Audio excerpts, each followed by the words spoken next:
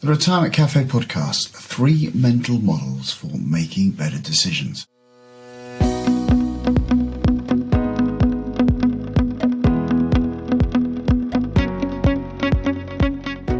Hello and welcome to another episode of the Retirement Cafe podcast with me, your host, Justin King. If you're thinking about your retirement or already retired, you're in the right place. My aim is to help you plan for and live a successful and meaningful retirement.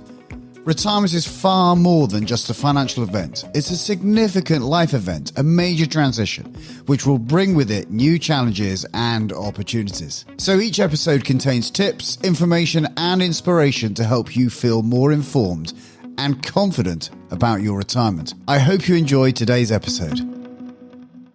Hello, it's great to have you here with Kathy and I for this week's chat. We're going to talk about a topic I'm fascinated by, decision making. You're probably aware that my day job is helping people retire successfully. And that whole process of retirement planning involves making a lot of decisions. Many of the decisions clients make are important ones that could have a significant impact on their future. I want to help my clients make the best possible decisions. So, of course, over the years, I've done a lot of research into how to make smart decisions. I'd like to share some of the insights I've gathered in this podcast episode. The topic of decision making is vast, so I'm going to focus on just one specific set of tools, which I feel are incredibly powerful, and that's mental models. Kathy's here to make sure this episode doesn't just become one long monologue. So welcome back to the podcast, Kathy. Hello, good to be back. This is really is decision making, isn't it? It's a great topic for people of all stages of life. As you say, in terms of retirement planning, there's some pretty big decisions to be made, aren't there, at that point in time? Yeah, absolutely. And it's when do I retire? Have I got enough to retire on? There's a ton of questions. Loads of questions. So we're going to talk about mental models. So maybe a good place to start is explaining what mental models are. Well, I think they're powerful tools that can help us make better decisions and navigate complex situations. They provide a framework for understanding the world around us and can be used to inform our decision-making process. So they sound like really helpful tools. And I know we're going to delve into a few of them in a little bit more detail shortly, but where do they come from? Well, they're mentioned. I mean, if you go back to the Stoics and Marcus Aurelius and Roman Empire, that's probably where I first kind of came across them in reading. But really, I think the big impact was from Warren Buffett, Charlie Munger of the Berkshire Hathaway fame, top 10 richest people in the world. And they use Charlie Munger and Warren Buffett use a lattice work of mental models. So they have a variety of models to help their decision-making process, usually regarding, obviously, about investing. So that when they're looking at an investment proposition, i.e. should they invest or shouldn't, they want to look at lots of different perspectives to that decision. Warren Buffett is known for saying avoiding stupidity is easier than seeking brilliance. And they use these models to achieve that outcome. Well, brilliant. Well, maybe tell me a little bit more about having a lattice work of models. Well, I think we often stick to our own kind of field of expertise. And if you can imagine that your knowledge in your brain of how you look at the world, if you've only got a hammer in your toolbox, everything's a nail. So what you really want is, I often talk about if a plumber arrived at your house and he's only got a hammer in his hand, you're going to be worried. What you really want is a whole toolbox and a whole huge amount of tools that you can apply to the problem in front of you. And your knowledge toolbox works in the same way. We all use models to understand the world, but each model is useful for different problems. And often you can apply this different models to the same problem to improve your thinking to improve your thinking about what the problem in front of you is. The world is incredibly complex and constantly presents your mind with overwhelming information. And mental models can help you decode and simplify that information. Well, that all sounds powerful. But I know you've got a few kind of analogies, you can use to explain that kind of concept of having your own specific mental models. So maybe you could talk us through. Well, I often, in a number of kind of problem-solving things, I often talk about me in the wine aisle at supermarket of your choice. So, I get to Sainsbury's and I'm presented by the wine aisle, and I really don't know a lot about wine. So all I do know is what I've drunk before, whether I liked it or whether I didn't like it. So, I mean, that's not bringing a lot of knowledge to the wine aisle problem. What do I want to buy for maybe that evening? So is it going to be red? Is it going to be white? Is it going to be a box, or do I want to go fancy and get a screw top? What is it that I actually want? And if I can imagine that I was taking along a sommelier, a wine expert with me, or let's say there was one in the supermarket who could ask me some decent questions and find out whether it was, for a dinner party, was it for a gift, what was it that I was trying to achieve? They could then guide me with their knowledge and expertise into choosing the right wine for the evening. Yeah, that would certainly make it a bit more straightforward, wouldn't it? Or help you to think in a different way, I suppose. Absolutely. That's kind of what those questions are doing, aren't they? Helping you look at it from a different point of view. Yeah. And most people stick to their specific mental models, usually for their given discipline. If you're a forester and you're looking at a forest, you're going to look at all the different types of wood. An economist would look at the wood, maybe at the value of the wood. If you're an environmentalist, you're going to look at the diversification that nature creates. And maybe if you're a mathematician, you may just come up with how many different types of trees there are and in the space that they occupy. We're all going to come with our own mental models to the table, but you could be coming to your problem a bit like the plumber who only arrives with a hammer in his toolbox. I think that's really, really helpful explanation. That's great. So, which models are we going to share today? Well, there's so many. I know, obviously, there's a whole plethora. Yeah, there's a lot of them, aren't there? There are, and of course, the three I'm going to talk about today are not the only ones. I mean, there's literally there's hundreds, but these are three that I've used, and I think are relatively easy to understand and to start implementing on your own decision making. So they are inversion, backcasting, and compounding. Right. So let's kick off with inversion. How does that work? Well, when I was 16 and I started work in the financial services sector, I started off on a youth training scheme, and by the time I got to 18, all my pals were going off to university. And I thought to myself, gosh, they're all coming back in 3 or 4 years' time with degrees and careers and really made some progress. And I was pretty much the T-boy. I was writing cover notes in an insurance brokerage, doing the filing, picking up the sandwiches. And I just thought to myself, I'm going to be, it's going to be a while before anyone's going to start taking me seriously and having the knowledge around insurance. So what I knew everything that I didn't want to do, which was pretty much kind of sitting there kicking my heels in the insurance brokerage. But I didn't really have a clue what to do. I knew everything. I knew all the negative, but I didn't know anything of the positive. So I realised now what I actually did was I inverted the problem. I worked out all the things that I didn't want to do, and then what was left? Well, eventually I ended up with probably the only thing that I could have done. What I really wanted to do was make progress in my life at that age. And I went travelling so I could explore the world, see different cultures, meet different people. And that would allow me some progress. At the same time, my pals were making massive progress by going to university. Yeah, absolutely. And I mean, you say, you didn't realise at the time. So you didn't realise, obviously, you were applying a mental model called inversion. No. And it was only after the kind of, many, many years later that I read about this inversion model. Again, there's a Charlie Munger story of 1943. He was a meteorologist in the US Air Corps. He was based in Alaska, and his job was to create weather maps. So he was a meteorologist. He basically had to draw weather maps, giving authority for pilots to take off, i.e. was it safe for them to do. These were ferry pilots in Alaska, so they weren't going off to war, they were just moving stuff around.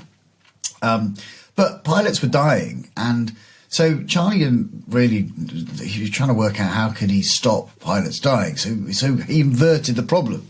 And his comment is, and his statement is, suppose I want to kill a lot of pilots. What's the easiest way to do it? Well, it was send them into icing conditions, i.e. planes don't fly well with a lot of ice on, and it causes real problems with their controls. And the other thing that, so if you send them out into icing conditions, then that's going to cause them real mischief and could kill them. And also you could send them out of range, i.e. they could fly too far for the fuel on board, or they didn't have a place where they could safely land and refuel. So if by inverting the problem, let's not send them into icing conditions, let's not send them out of range, the mortality rate significantly dropped. And his comment is, if you know what to avoid, you should have a better understanding of how to solve the problem. Wow, so back as early as 1943, that was the start of Charlie Munger applying mental models to his decision-making. Absolutely, absolutely. So how? Sorry, go on. It just seems to be, absolutely part of his and Warren's life is that's how they've made real successful decisions. Yeah, absolutely, and yes, they certainly seem to have done that. So, bringing this back to retirement planning, how might someone apply this model of inversion to planning for their future? Well, of course, with any plan, the best way to start is to be clear on your vision and your goals for retirement. So what does a fantastic retirement look like to you is one of the questions I might ask somebody. How would you like it to be? Well, some people find it really difficult to start with a blank sheet of paper and come up with their vision of a successful retirement. So instead, try inverting the problem. Ask yourself instead, what will a truly miserable retirement look like? How can I guarantee having a horrible time? Maybe it would be never seeing your children or grandchildren. Maybe it would be not having enough money to enjoy life. Maybe it would be falling ill as soon as you retired. Now, once you have clarity about what you definitely don't want, it can be easier to work out what it is that you do want. Brilliant. And obviously you can apply that to any decision you're trying to make, can't you? Yeah. Any big decision you're trying to make. Okay, that's brilliant. So that was a quick dive into inversion. That seems fairly clear. And it's really about thinking what you want to avoid to work out what you might really want. So let's take a look at the second model. What's that one called? So this is backcasting. And when you've got a big decision to make, it's a model that enables you to not start with what's directly in front of you, but instead of starting where you want to be. So imagine you want to climb a mountain and you get to the top of the mountain and you look back down the mountain and see what steps you need to take. It's quite hard looking up the mountain. It's difficult to see the top. Once you are at the top, looking back down, you can see exactly the path that you've taken. And, of course, then work out what you need to do first. Okay, so I get the concept. Can you bring it to life with an example? Well, many years ago, before we met, I had a big motorbike crash, which I was very poorly, and I lay in that hospital looking at a couple of magazines my friends had left with me. Some of which you can share today, and some perhaps not. There was motorcycle news, I think, if I remember right. There was Men's Health, which I thought was quite amusing at the time, seeing as I was laid up in intensive care, and Yachting Monthly. Now, I'd never set foot on a yacht. But I lay in that hospital bed kind of going, I'm 30 years old. I'm director of an insurance brokerage. Nearly very, very, very, very close to losing my life. I wonder what it would be like to sail yachts. And so, I kind of did exactly the same thing. I backcasted. So I looked at these pictures in these magazines and thought, wow, what an amazing life that would be, sailing a yacht in the Caribbean with beautiful beaches and beautiful people and beautiful boats. I thought, starting with that vision and looking backwards, how do you get to do that? And what are the steps that you need to take to get to that end result. And really, that I was backcasting. I kind of worked out that I needed some theory courses, and then so I got to study. I needed to then get some practical experience. I need to do some courses. I need to get 50 days at sea. I need all these logged hours. Worked out all the steps that I needed to get there, and then embarked on a mission to do that. And I think something like 2.5 years later, after my motorbike crash, I obtained my commercial yacht master examination, qualification. Great. And I mean, I think also a big part of backcasting is, it can seem like like you said a moment ago, it can seem like a massive thing to try and do, can't it? Whatever you set out as your vision, particularly if it's a kind of audacious, big goal, something you've been wanting to do for a long time. And it could be quite scary even taking that first step, can't it? It could just feel like too much. But actually maybe looking back from that future vision enables you to kind of create a bit of a more of a step-by-step program, whatever that you can follow, a plan you can follow.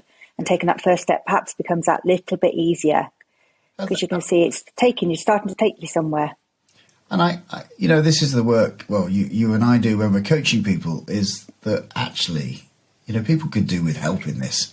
It's very easy to come up with a dream, but it's very easy to defeat yourself just in your own mind, because it just feels too big and it's too huge. Whereas actually having someone alongside you to help you kind of map it out, not do it for you, but map it out and look at the steps alongside with you and look at the obstacles that you think are in the way, and then have a conversation about, well, let's just really thinking of that dream of, for me, being on the yacht.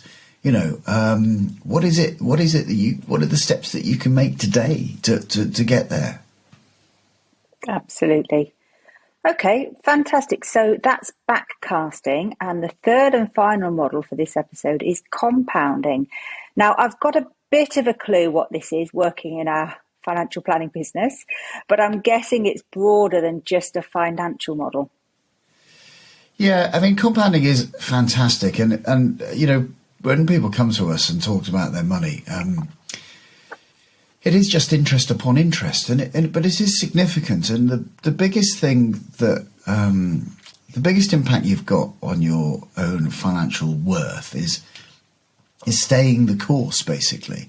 Not trying to make, I often talk about getting rich slowly, but the compounding just allows you to do that.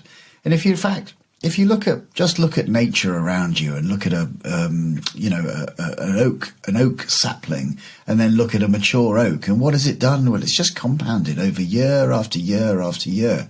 And in the financial models, people are often they're often really quite surprised. I often show people a figure that if you invested £200 a month for 30 years, let's say you had a 30-year-old who wanted to save £200 a month until they were 60. So they had a lump sum maybe to provide for their retirement. So forgetting any complexities about tax relief or pensions or products or ISAs or anything like that, just literally you're going to put £200 a month. I'm suggesting you put it into something that's got an opportunity to grow. So maybe not lending your money to a bank, but maybe in a broad-based, stock market investment that have grown over historical returns. I don't know what they'll do in the future, but historical returns have shown north of 10%, greater than 10% a year. If you put £200 a month in for 30 years, at 10%, you would end up with a sum of £419,000, which is pretty, that's pretty amazing. £419,000 for what you've put in is significant. But if you increase that for, let's say there was a younger brother observing his older brother doing this from 30, and there was a younger brother who was doing it from 20. So just basically gets another £2,400 a year in for an additional 10 years. So another £24,000. He compounded for just 10 more years, and he ends up with £1,127,000. Wow. So he's over doubled what his older brother did by just only £24,000 worth of more money, but because he was compounding for 10 more years. So it really is just probably the best when we learned about compounding at school, I probably did. I probably forgot most of what I learned at school. But actually, this is probably the most significant thing that you can do with your money, and of course, with your life. Absolutely. And, like you say, it's so enormous impacts for your money and for your wealth. And actually didn't forget the exact figure, but didn't Warren Buffett earn something like 92% of his wealth in the last 10 years? I mean, he's now in his mid-90s, isn't he? Since the age something like 80, he's earned 92% of his wealth because of the exact model of compounding. Yeah, I think it actually maybe it's beyond 50 for him, but anyway, you're right. It's quite significant. It's because of the early start, and it wasn't, the significant wealth he built up in the first couple of years. It's the compounding effect, again and again and again. So it's clear how it works in finance, but do you feel compounding as a model can be applied to other areas of your life? Well, I think, back in 2018, when you were, really into your triathlons and you completed the Weymouth half Ironman, and I remember myself and our daughters, who were pretty young at the time, came along to cheer you on. And a half Ironman, for people who don't know what that is, it's a 1.5 mile swim, a 55 mile bike ride and a 13 mile run. I mean, that's a pretty long day. And you came back and you said, oh, you know what I think I might do? I might do a full Ironman. And I said, well, what the flipping hell is that? And you said, well, it's a 2.4 mile swim, 112 mile bike ride, and then run a marathon. I'm like, that's pretty significant. So, and a few days later, I thought to myself, I wonder if I could do that. And I'd never done a triathlon. So, it was a big ask, really. I'd never really done any swimming. Maybe I had a 50-meter swimming badge from when I was 12 or something. I'd been a lifeboatman, but really, if you've swum a long way, being a lifeboatman for the RNLI, then something's gone wrong. I'd never run a marathon, but if there's a facility or an opportunity, to have a go at something, I'm generally up for it. And I thought, well, I know Kathy's going to do this, and obviously you were streets ahead of me in knowing how to do this stuff, and already very experienced at it. But I had to go to greater lengths, let's say, to achieve in the swimming pool, etc. But it really, I suppose, the conclusion of it, we did both manage to do it. You completed it over an hour quicker than I did. But it was all about turning up every day, day after day, getting a little bit better, following a plan, following a structure. And before you know it, 8-9 months later, we both achieved the result that we wanted.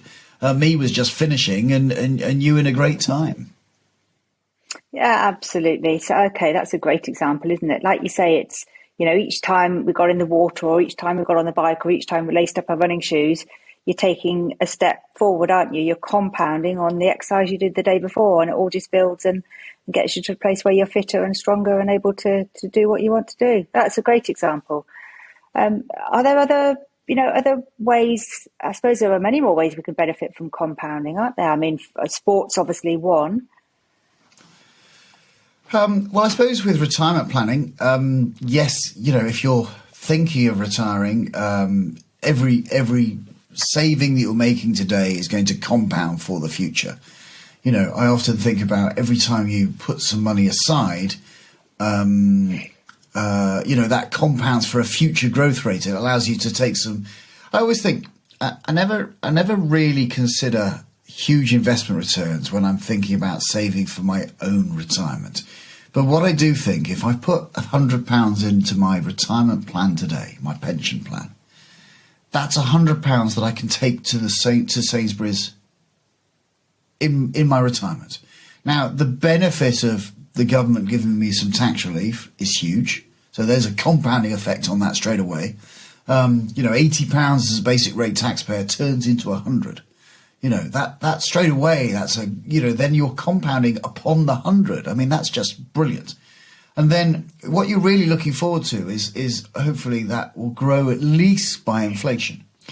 So if it can grow by inflation and maybe even slightly better, and the benefit of the tax relief, that compounding effect could really lead to a significant retirement pot, which of course would change your life at that stage of life.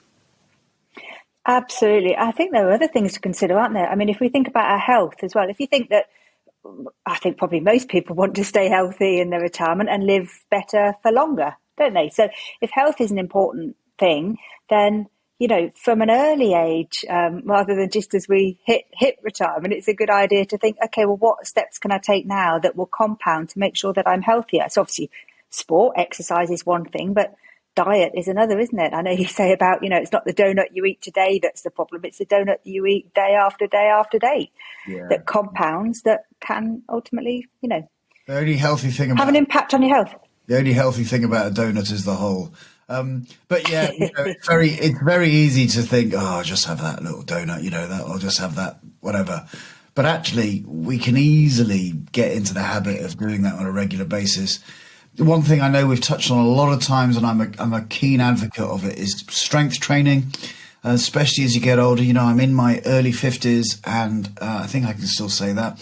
But I do know that there's a compounding destruction of my physical muscles. So I've got to counteract that by lifting weights if I want to stay strong in the future. So there is this essence of, the reverse of compounding. And again, I know we've covered it before, and I've got a free download on one of the YouTube videos of the compounding effect of overpaying your mortgage. Getting rid of your debt early has a massive compounding effect of getting you finished 4 or 5 years before you initially set out to do. So everything works. Your health, your muscles, your money. It is just quite phenomenal. The compounding effect of that, of compounding as a mental model.